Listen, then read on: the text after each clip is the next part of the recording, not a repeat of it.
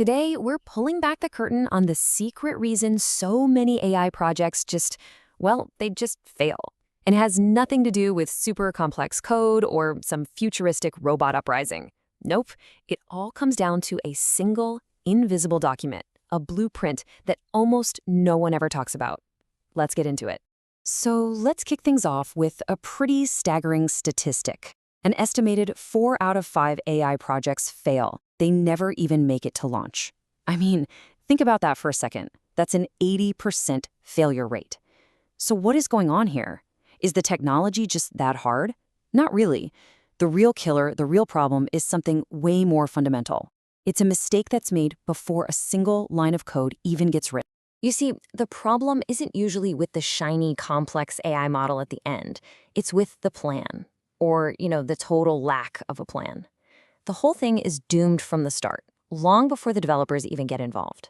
It's not a failure of technology, it's a failure of architecture. And that brings us to this idea of an invisible blueprint for AI. I want you to picture the architectural plans for a massive skyscraper. Without that master plan, you're not actually building anything.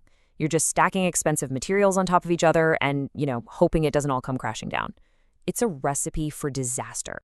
So what does this blueprint actually look like? Well, it's got 5 main sections that map out the entire project. First up, data types. These are your building materials. Then data volume. You got to know how much material you need. Next, time and granularity. That's your project schedule and the level of detail.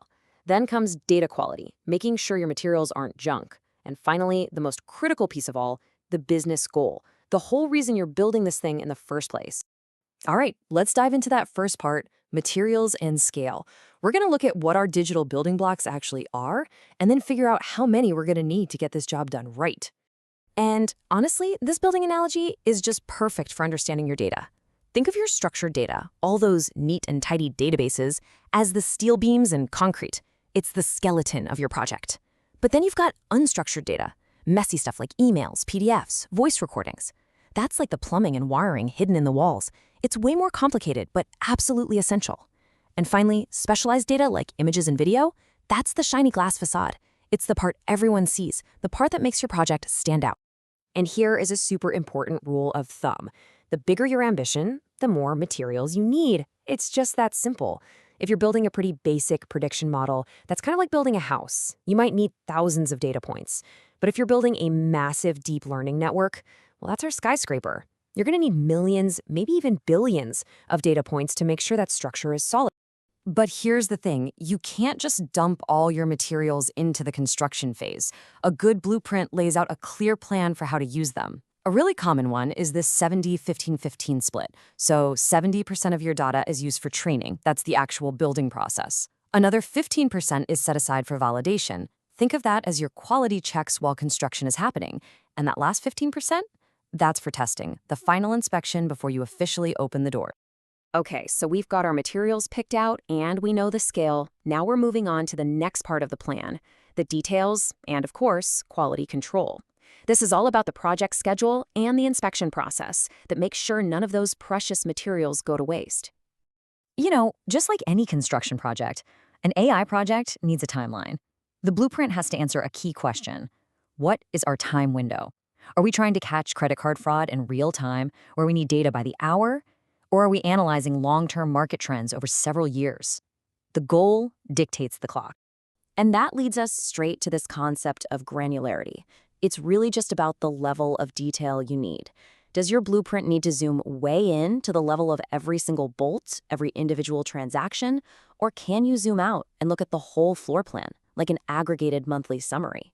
Choosing the wrong level of detail here is like trying to build a delicate watch with a sledgehammer. It's just never going to work. And now, quality control. You would never let a bad batch of concrete get used on a construction site, right? You have to inspect your data the same way. Your blueprint needs a checklist. Is the data complete, or are there big chunks missing? Is it accurate? Do the numbers actually match reality? Is it consistent if we pull it from different places?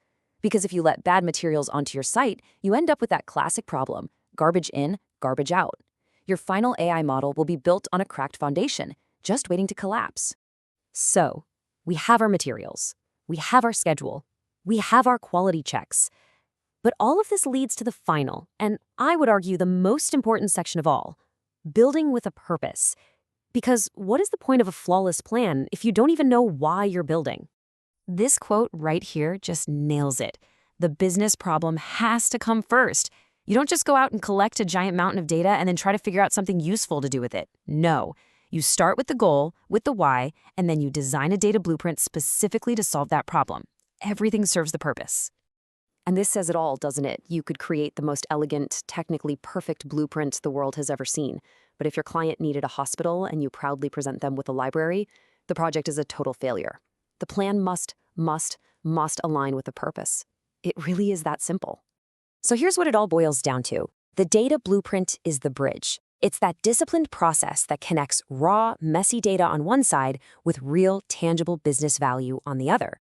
It's what makes sure every single choice you make, every data type, every quality check is all pushing toward that one clear goal. It's what turns a vague idea into a successful reality. And that leaves us with one final thought to chew on. In a world that is practically overflowing with data, maybe the most valuable skill isn't about building bigger, fancier models or finding more and more information. Maybe, just maybe, it's about having the discipline to stop and to simply ask the right questions before you even begin.